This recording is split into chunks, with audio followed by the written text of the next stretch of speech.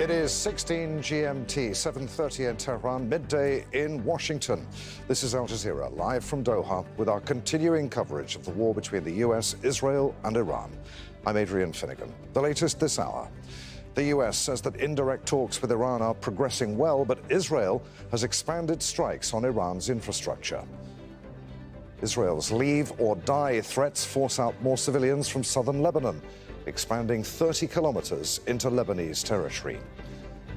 Iran's Revolutionary Guard says the Strait of Hormuz is closed to any vessels linked to enemy ports. And oil prices cross the $110 mark as market fears continue over the closure of the Strait of Hormuz.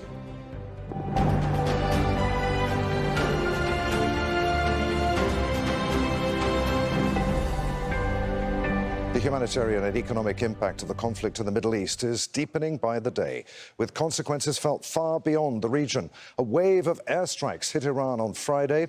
Rescue workers in Tehran are searching the rubble in a residential area. Officials say that the death toll from the war has risen to more than 1,900 people. Israel's defense minister has pledged to continue attacking Iran without interruption.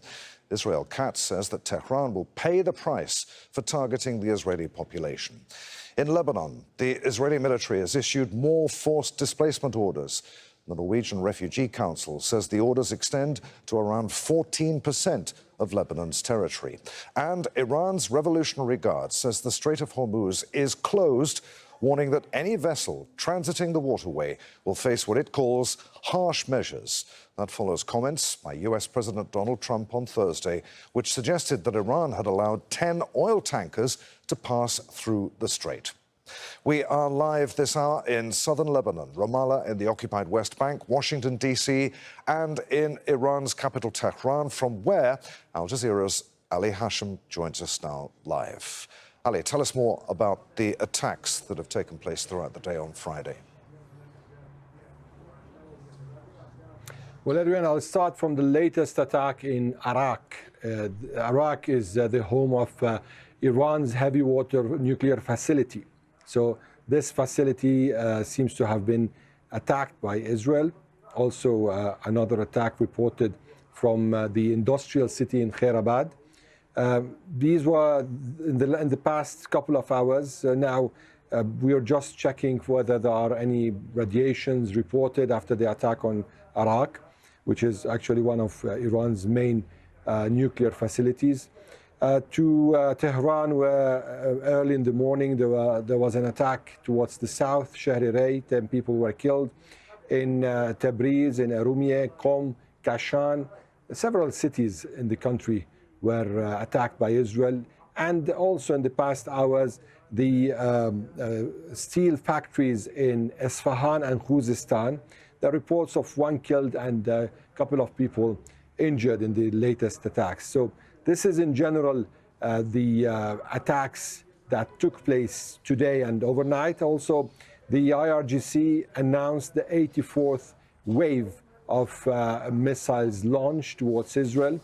And they said that this is, of course, part of the continuous response and retaliation. All right, Ali, stay with us. Let's bring in our chief U.S. correspondent, Alan Fisher.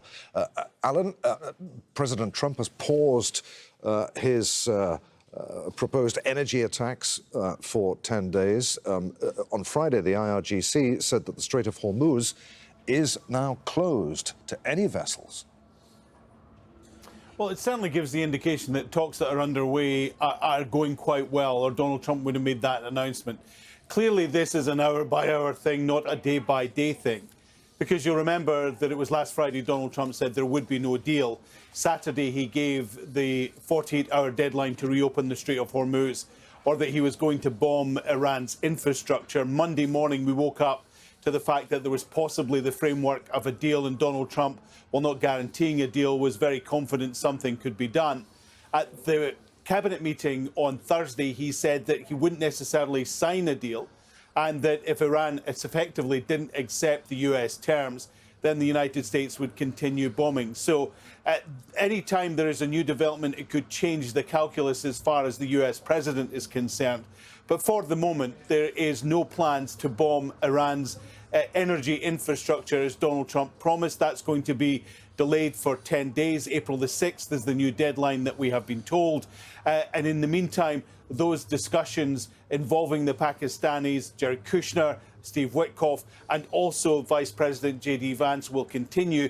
J.D. Vance will come in right at the end when there is actually the framework of a deal on the table. He will essentially get it over the line. We're still a long way from that. And how do we know that? Because the number of US troops in the region is increasing. Donald Trump is sending more to the area. And we also know that because the attacks by the US military in Iran are continuing as well. All right, Alan, let's get back to Ali Hashem in Tehran. What are we to make of those warnings from the IRGC that the Strait of Hormuz is closed and that any transit through that waterway will face, quote, harsh measures, Ali? Well, Adrian, we've seen the IRGC dealing with some vessels that were trying to pass through the strait. At least there's one incident that took place today, and the whole vessel was on fire. And it's clear that this decision has been taken a long time ago, actually since Mujtaba Khamenei's first statement and his direct mention of the Strait of Hormuz. That was clearly a kind of a policy now for the whole establishment. Now, there are nuances in the way the Foreign Ministry presents it and the IRGC presents it. Foreign Ministry will say, well, it's open for everyone except for enemies of Iran and their allies. For the IRGC, they will say it in a more blatant way. It's closed completely. Now, what we know is that there is a kind of a coordination that some vessels and ships are doing with the authorities here in Iran to allow their ships to pass through the strait. And there are certain countries that have been having their ships crossing, like China, like Pakistan. Actually, the present President Trump was mentioned a few days ago were 10 Pakistani vessels that passed through the strait. So it's not American vessels, it was Pakistani vessels. And here we see the resemblance with respect to the Pakistani mediation between Iran and America.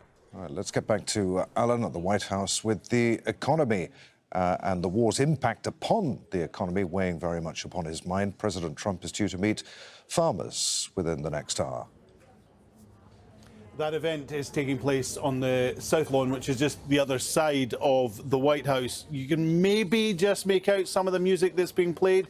That started just at the top of the hour there. I think the wind is in the wrong direction for you to catch the strains from Phantom of the Opera that are being played there. Donald Trump is meeting with farmers, with ranchers, with those who run the cattle operations across the United States. He's been concerned about farmers for a while. He thinks that they've had a very hard time from foreign governments who've targeted the agriculture sector. Of course, farmers have had a difficult time with Donald Trump's own tariffs as well. This was all planned before the war in Iran, but clearly that is going to be a significant factor because the farmers, the cattle hands, they will all be deeply concerned about the rising cost of fuel. There's also the problem that a lot of fertilizer isn't getting through the Strait of Hormuz. We're getting into the planting season here in the United States. That could impact the amount of crops that farmers can lay down, and of course what they'll get later in the year, impact on prices too. And it really lays bare the economic impact that the war is having. Donald Trump can see, because farmers will tell him, most of them that will be here will be Trump supporters, but they'll be able to articulate just how difficult things are and how difficult things might get if the war in Iran continues. Our chief US correspondent Alan Fisher at the White House and Al Jazeera's Ali Hashem in Tehran. Many thanks to you both. Israel's defense minister has vowed to continue attacks on Iran without interruption.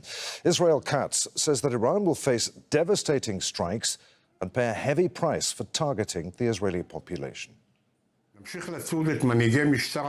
will continue to hunt the leaders and commanders of the terror regime and destroy its strategic capabilities.